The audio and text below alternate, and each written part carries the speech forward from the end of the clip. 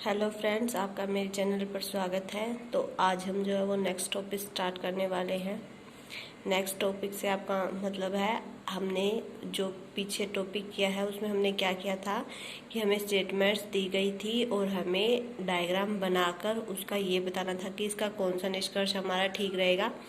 और जब हम जो ये अब टॉपिक करेंगे इसमें क्या है कि इसमें आपका डायग्राम के ही बारे में है कि आपके जो डायग्राम दिए गए हैं वो आपके किस तरह की स्थिति को देखिए। उसमें तो हमें स्थिति देखकर डायग्राम बनाया था, अब हमें क्या करना है कि डायग्राम देखकर ये बताना है कि इसमें किस स्थिति को दर्शाया गया है। समझ रहे हो? उसका आपको उल्टा करना है। चलिए आज हम इसके इंट्रोडक्शन पढ़ते हैं। इसमें आपको 3 टाइप के क्वेश्चंस मिलेंगे, हम तीनों टाइप करेंगे। पर पहले इसकी इम्पोर्टेंट बातें हैं, मतलब महत्वपूर्ण फैक्ट्स जो है इसके या महत्वपूर्ण बात तथ्य जो है इसके, उन पर हम आज देखते हैं क्या क्या दिया गया है। उसके बाद हम इसका स्टार्ट करेंगे क्वेश्चंस कि किस तरह के क्वेश्चन आपको फर्स्ट टाइप में किस तरह के मिलेंगे, सेकंड टाइप में किस तरह के मिलेंगे और थर्ड टाइप में किस तरह के मिलेंगे। मतलब है वही, आपको पहले क्या करना है कि पहले तो हम डायग्राम बना रहे थे स्थिति को देखकर, अब हमें डायग्राम दिया होगा, हमें बताना होगा कि ये किस स्थिति को दर्शा रहा है। ठीक है, तो चलिए इसके महत्वपूर्ण तथ्य पढ़ लेते हैं। देखिए इसके महत्वपूर्ण तथ्य में क्या दिया गया है, वेन आरेख के बारे में दिया गया है। हमारा चैप्टर का नाम भी यही है, वेन आरेख। इसमें हम जो है वो डायग्राम के बारे में पढ़ेंगे कि आपको डायग्राम जो है वो किसी भी तरह का दिया जा सकता है, वृत्त के आकार का भी हो सकता है, त्रिभुज या फिर आयत, कुछ किसी भी आकार का आपका जो है वो डायग्राम हो सकता है, हम उसके बारे में पढ़ेंगे। ठीक है, तो देखिए वेन आरेख आपका क्या कहता है कि स्विस गणितज्ञ यूलर ने समुच्चयों को ज्योमितीय आकृतियों द्वारा व्यक्त करने की विधि को प्रारंभ किया था।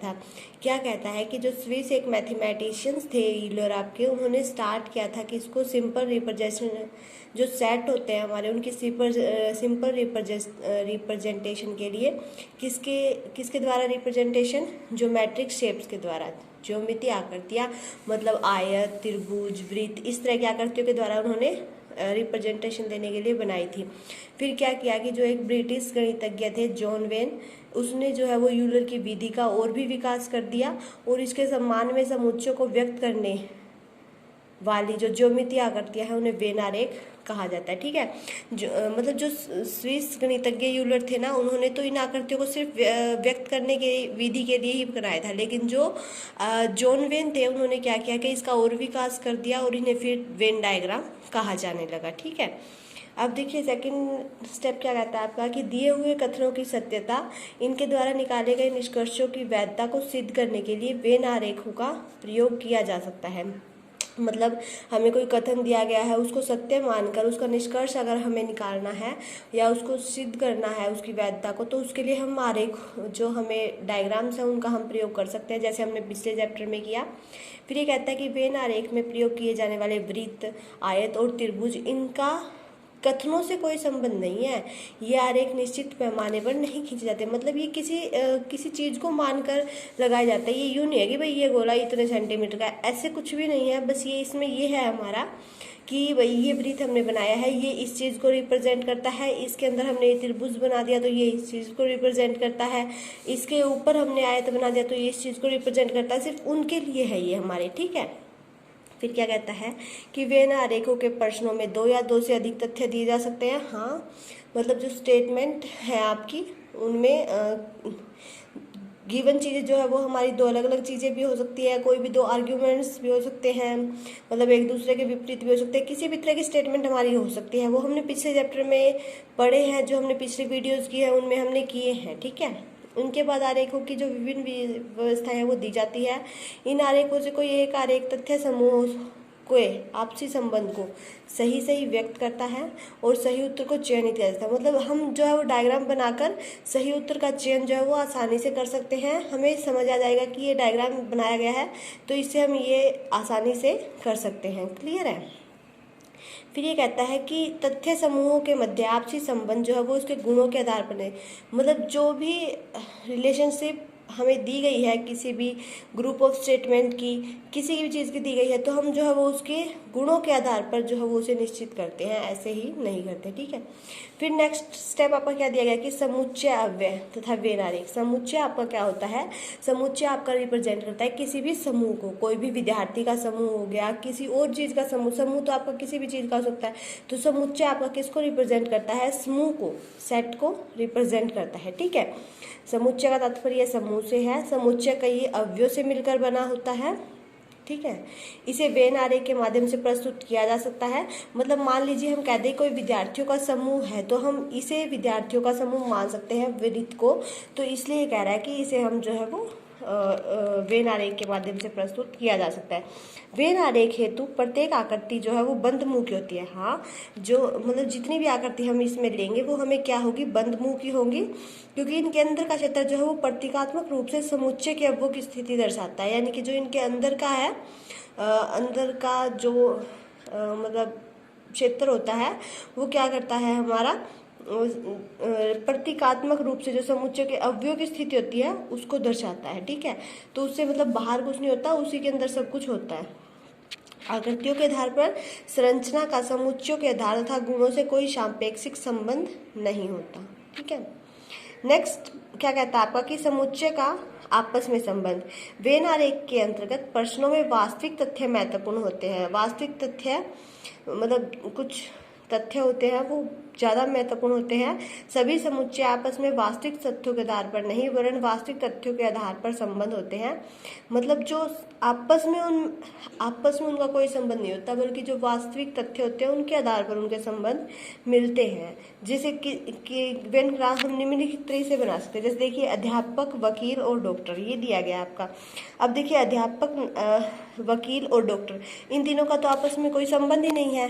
देखिए ये अध्यापक है, अगर यहाँ वकील की जगह स्टूडेंट होता तो हाँ संबंध हो जाता कि स्टूडेंट है फिर अध्यापक है उनके, तो डॉक्टर का तो कोई संबंध नहीं है। लेकिन देखिए अध्यापक, वकील और डॉक्टर, इनका तो आपस में तीनों का ही कोई संबंध नहीं है। डॉक्टर का काम करता है, वकील कोर्ट में और अध्यापक स्कूल में शिक्षक है, तो मतलब तीनों का कोई संबंध नहीं है, तो तीनों के लिए अलग अलग रिप्रेजेंट है। इसमें हम कह सकते हैं कि इनका कोई संबंध नहीं है, इसलिए जो वृत्त है वो क्या हमने अलग अलग बनाए हैं। क्लियर है क्वेश्चन। फिर देखिए जैसे एक एग्जाम्पल और दिया है, जैसे पक्षी, तोता और हाथी। अब देखिए जो तोता है वो आपका क्या है, पक्षी है, लेकिन हाथी क्या है, हाथी आपका पक्षी नहीं है। इसलिए जो ये बड़ा वृत्त है ये आपका पक्षी को दर्शा रहा है कि इसमें सभी पक्षी आ गए, और इसमें ये छोटा वृत्त जो है ये तोते को दर्शा रहा है। इसी तरह से हम बना रहे थे ना जो हमने पीछे वीडियो में किया है, उनमें हमने डायग्राम इसी तरह से बनाए थे।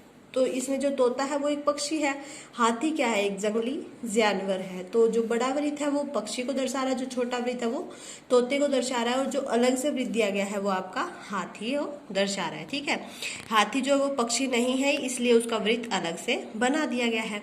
अब देखिए हाथी है, फिर जंगली पशु है, फिर शेर है। हमने मान लिया कि ये सारे क्या है, हमारे जंगली पशु है। हाथी भी क्या है, एक जंगली जानवर ही है, शेर भी क्या है, एक जंगली जानवर है। तो यानी कि जो जंगली पशु है सारे इसके अंदर ही आएंगे।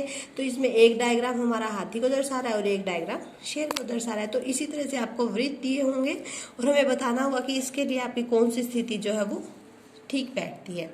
जैसे देखिए नेक्स्ट में आपका दिया गया है कि संसद, मंत्रिपरिषद और प्रधानमंत्री। देखिए सबसे पहले हमारा प्रधानमंत्री होगा, प्रधानमंत्री के चारों तरफ हमारी मंत्रिपरिषद होगी, मतलब उसे सुझाव देने के लिए मंत्रिपरिषद होती है। फिर हमारी क्या होगी, संसद होगी। तो तीनों का आपस में संबंध है, इसलिए तीनों क्या हो गए, हमारे एक ही डायग्राम में आ गए। सबसे पहले हमारी संसद होती है, संसद में हमारा मंत्रिपरिषद होते हैं और मंत्रिपरिषद फिर एक प्रधानमंत्री होता है। ठीक है, तो तीनों का संबंध है। किसी भी संसद में एक मंत्रिपरिषद होती है, प्रधानमंत्री उस मंत्रिपरिषद का अंग होता है। तो बड़ा वृत्त, छोटे वृत्त और उसके अंदर एक छोटा वृत्त, प्रधानमंत्री मंत्रिपरिषद का सदस्य है तो वह संसद के अंतर्गत भी आएगा ही आएगा। तो इस तरह से क्या है कि आपको डायग्राम्स दिए होंगे और आपको ये बताना होगा कि आपकी जो है वो कौन सी कंडीशन या कौन सा संबंध जो है वो उसमें ठीक बैठता है। नेक्स्ट देखिए जैसे महिला, माता और शिक्षिका। अब देखिए ये माता है और ये शिक्षिका है, शिक्षक नहीं है, शिक्षिका है। तो जो महिला है वही दोनों बन सकती है, वह माता भी बन सकती है और वो शिक्षिका बन सकती है। तो जो बड़ा वृत्त है वो आपका महिला को दर्शा रहा है। इसके अंदर हमने ये एक वृत्त ले लिया, ये आपका शिक्षिका को दर्शा रहा है, एक माता को दर्शा रहा है। इसे आप अलग अलग भी दे सकते हैं, आपकी मर्जी है। ठीक है, मतलब महिला ही है वो, तो आप इसे बना सकते हैं। फिर नेक्स्ट एक और दिया गया है, जैसे सागर, द्वीप और पर्वत। सागर आपका बहुत बड़ा है, द्वीप क्या होगा, उसके अंदर छोटा सा, द्वीप सागर का एक भाग होता है तो उसके अंदर एक छोटा सा भाग होगा। फिर पर्वत, पर्वत क्या है, हमारे द्वीप पर भी हो सकते हैं ना। तो इनका संबंध हमने कुछ इस तरह से बना दिया, ठीक है। हमें देखना पड़ेगा कि कौन सी चीज़ किसके साथ आ सकती है, हमें संबंध उसी तरह से बनाने होंगे। अब देखिए जो सागर है उसमें हमारे द्वीप होते हैं, और जो पर्वत दिया है इसने, अब पर्वत को हम अलग तो नहीं कर सकते क्योंकि पर्वत तो द्वीप पर भी हो सकते हैं, ज़रूरी थोड़ी है कि अलग ही हो। तो पर्वत आपका हमने इसके साथ ही बना दिया। तो इस तरह से आपको क्या है कि डायग्राम्स दिए होंगे और आपको बताना होगा कि कौन सा संबंध आपका ठीक बैठता है। इसके लिए मैंने कुछ महत्वपूर्ण बातें आपको बता दी है, आपको वो बातें ध्यान में रखनी है। नेक्स्ट वीडियो में हम इसके एग्जाम्पल्स करेंगे, ठीक है। तब तक आप इन्हें अच्छे से एक बार और रिवाइज कर लें ताकि आपको आगे करने में कोई दिक्कत ना हो। इसमें आपको 3 तरह के क्वेश्चन मिलेंगे। कल हम फर्स्ट टाइप करेंगे, फिर सेकंड टाइप करेंगे, फिर थर्ड टाइप करेंगे। तीनों वीडियो को देखना बिल्कुल भी ना भूलें और सबसे पहले इसे रिवाइज कर लें। वीडियो अच्छी लगे तो इसे लाइक और शेयर भी ज़रूर कर दें, और अगर आप मेरे चैनल पर नए हैं तो सब्सक्राइब भी कर लें ताकि आपको आने वाले वीडियो के नोटिफिकेशंस मिलते रहें।